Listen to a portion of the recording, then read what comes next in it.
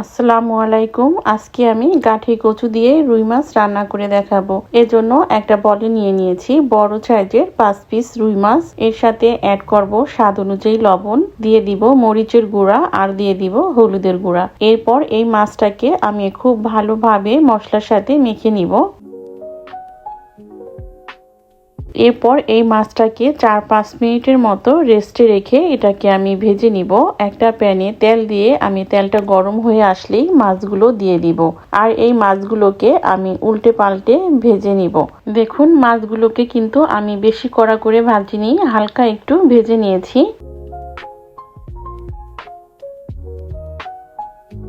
হয়ে গেল আমার সবগুলো মাছ ভাজা। এবার আর একটা প্যানে দিয়ে দিব পেঁয়াজ কুচি।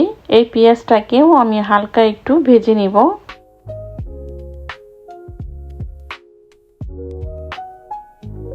এবার এর সাথে অ্যাড করব পেঁয়াজ বাটা। আর এইখানে আমি পেঁয়াজ, রসুন, মরিচ আর হাফ টমেটো ব্লেন্ডারে করে নিয়েছিলাম, সেটা দিয়ে দিলাম। এরপর এইখানে আমি দিয়ে দিব সামান্য একটু আদা বাটা। মাছটা যেহেতু বড় এজন্য একটু আদা বাটা দিলাম, আপনারা না চাইলে না দিতে পারেন। এইখানে আমি এরপর অ্যাড করে দিব ধনিয়ার গুঁড়া, জিরার গুঁড়া, মরিচের গুঁড়া আর দিয়ে দিব হলুদের গুঁড়া। এরপর মশলাটাকে আমি খুব ভালোভাবে কষিয়ে নিব। এই মশলাটাকে যত ভালোভাবে কষাবেন আপনার মাছটা খেতে কিন্তু ততই বেশি মজা হবে। এরপর এর সাথে আমি একটু পানি দিয়ে দিলাম 1 কাপের মতো। এই পানিটা ফুটে আসলেই আমি মাছগুলো দিয়ে দিব।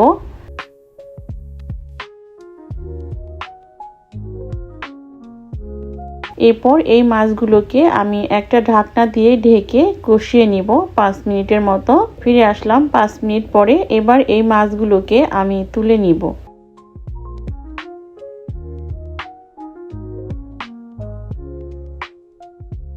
হয়ে গেল আমার সবগুলো মাছ তুলে নেওয়া। এবার আমি কিছু গাঠি আগেই কেটে ধুয়ে পরিষ্কার করে নিয়েছিলাম, সেই গাঠিগুলো দিয়ে দিলাম। এবার এই গাঠিগুলোকে মশলার সাথে আমি খুব ভালোভাবে কষিয়ে নিব।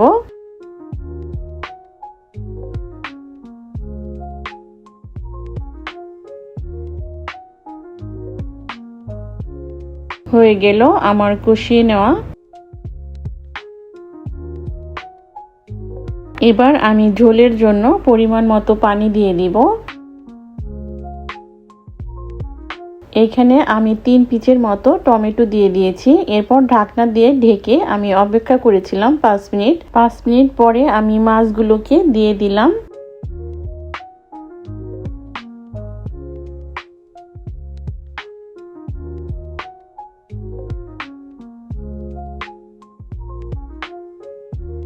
এরপরে ঢাকনা দিয়ে ঢেকে আমি অপেক্ষা করব গাঠিটা সিদ্ধ হয়ে যাওয়া পর্যন্ত। ফিরে আসলাম, আমার গাঠিটা কিন্তু সিদ্ধ হয়ে গেছে। এবার আমি এর সাথে দিয়ে দিব কয়েকটা কাঁচামরিচ।